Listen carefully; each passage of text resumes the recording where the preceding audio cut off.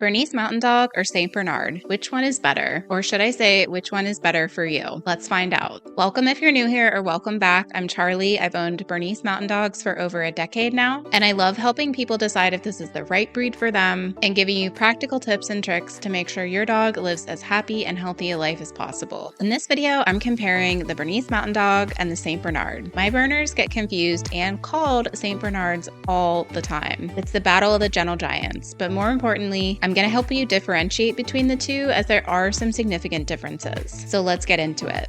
First question to ask yourself between the breeds: exactly how big of a dog do I want? The Bernese Mountain Dog is considered a giant breed and is known for their striking tri-colored coats, which include black, white, and rust color. They're also sturdy, muscular dogs that can be intimidating to people not used to dogs or small children. Males typically grow to around 27.5 inches tall at the shoulder and weigh typically between 80 and 120 pounds, whereas females typically reach 26 inches at the shoulder and can weigh between 80 and 100 pounds. They have a thick, silky double coat and beautiful feathers on the neck, backs of the legs, and tail. The St. Bernard, on the other hand, while also a giant breed, is predominantly brown and white, mahogany and white, or orange and white, though other colors such as brindle, rust, and red are possible. They also have what's known as a black mask, which is the characteristic black fur that covers their eyes and runs down the sides of their face, leaving the muzzle area white. The Saint's written AKC standard includes phrases like very powerful, extraordinarily muscular, imposing, and massive. While Berner males again typically top out at 27.5 inches tall, Saint males stand a minimum of that, with some pushing 30 inches and weighing as much as 200 pounds. Females will be smaller and more delicately built, but take that word delicate with a grain of salt, as they still typically reach 26 inches in height at the shoulder and can weigh between 120 and 130 pounds. The huge head features a wrinkled brow, a short muzzle, and dark eyes, which gives the Saint the intelligent, friendly expression that was such a welcome sight to people stranded in the Alps. In terms of personality, what I love most about these breeds is that they love being with their people and are fiercely loyal. But there are a few important differences that you'll want to be aware of. Berners are easygoing, good-natured, and love learning new things. They love people, but will oftentimes attach themselves to one person in particular. While they do make great guard dogs, they aren't necessarily known for that like the St. Bernards are, although they do have a history of being crossed with Mastiffs and guard-type breed dogs. And they are protective as a result of their intense bond with their owners. They're extremely good with kids and love being with their family. Like the Saint, they're also slow to mature and can act like a puppy until they're 3, even sometimes 4 years old. They also need to be socialized to a variety of situations, people, and places early on. They're not super high energy dogs, but they do love having a job, and if you don't give them one, they can get themselves into trouble really fast. The St. Bernard is also a sweetheart. They're loyal and affectionate with their families, but nevertheless, they are less open to strangers, which is understandable given their role as watchdogs. They're adaptable and, unsurprisingly, just like the Berner, very tolerant of cold weather. They are highly intelligent because of the nature of their work,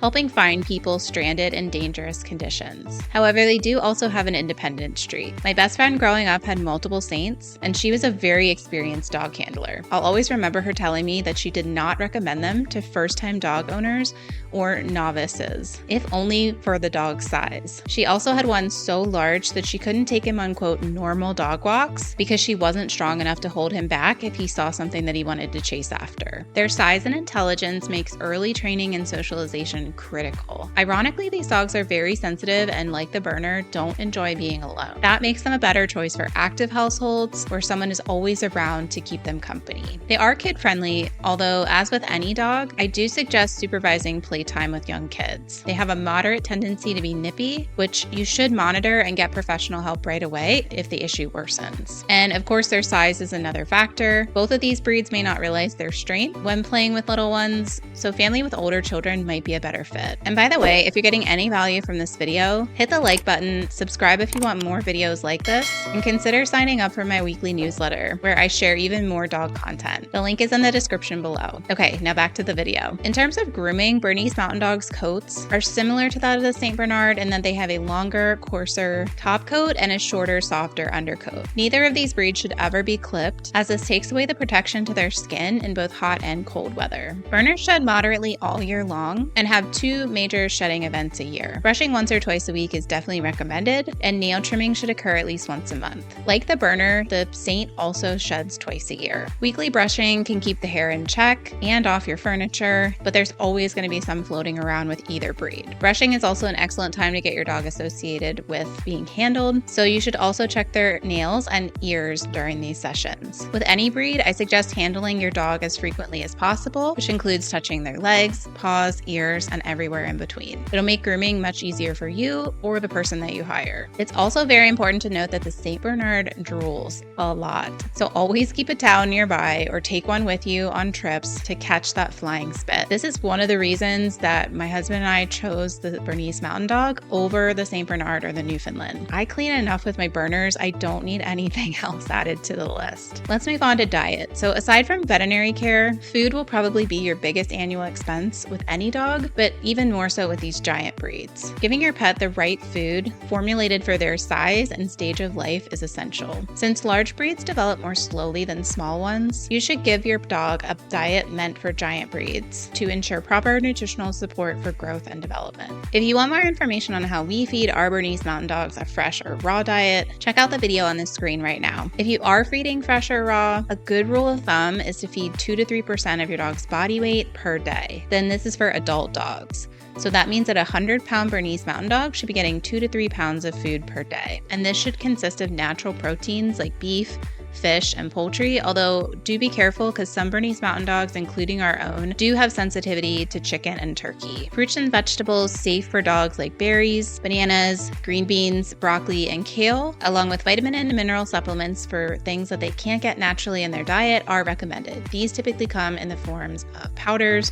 or liquids that you can add to their food. If you do decide to feed dry kibble, find a brand with limited ingredient diets suitable for large puppies or dogs, and make sure that it comes from a reputable company that stayed out of the news for recalls and other issues. St. Bernard diet requirements are very similar to the Bernese. You can feed your St. Bernard puppy 3 to 4 times a day in littler meals as per the raw food or the manufacturer's feeding instructions. And then you can cut back to 2 meals per day once your dog reaches adulthood. But if you're working during the day like we are, 2 meals all through their life is sufficient. And always ensure your dog has 24/7 access to clean, fresh water. This will allow them to stay properly hydrated, especially if you're feeding dry kibble. There are also many natural broths on the market that can add water and electrolytes to your dog's food. These are also great for picky eaters who need their food more palatized. Though in my experience, neither Bernese or Saints tend to be picky eaters. I'll put some of my favorite broths linked down in the description box below. Moving on to health concerns. So the worst part about owning a Bernese Mountain Dog is their health issues and their short lifespan. This is often due to irresponsible breeding, and not all Berners will get these diseases, but it's important to be aware when considering getting this breed. Similar to the St. Bernard, Berners can suffer from hip and elbow dysplasia, cancer, bloat, epilepsy, blood disorders, and progressive retinal atrophy. Also make sure to clean ears and eyes regularly. Unfortunately, the average lifespan of the Bernese is only 6 to 8 years, which makes them one of the top 10 shortest lived dog breeds. Tests you should get done include hip and elbow exams, cardiac exams, eye evaluations, and a von Willebrand's disease DNA test. Von Willebrand's is a blood disorder where the blood doesn't clot properly and can lead to heavy bleeding if not caught early. The St. Bernard is also susceptible to many of these same issues of giant breeds, including joint disorders and cancer. More minor problems include eye issues, hip and elbow dysplasia, while serious conditions like bloat, diabetes, and degenerative myelopathy can occur. DM is a slow progressing disease of the spinal cord, similar to ALS or Lou Gehrig's disease in humans. Testing can detect many of these in pre-breeding health screenings, and I recommend buying only from sellers who do these tests and make the results available. One other important thing to note with these long-haired, double-coated breeds that thrive in cooler climates, they can handle hot weather as long as they have a cool place to rest and lots of water. But going from air conditioning to extremely hot temperatures or high humidity can cause serious distress, so just keep an eye out. You can check out my playlist on Bernese Mountain Dog Care on my channel for tips on how we keep our dogs cool during the hot summer months where we live. Moving on to exercise and training. Bernese Mountain Dogs, like many large dogs,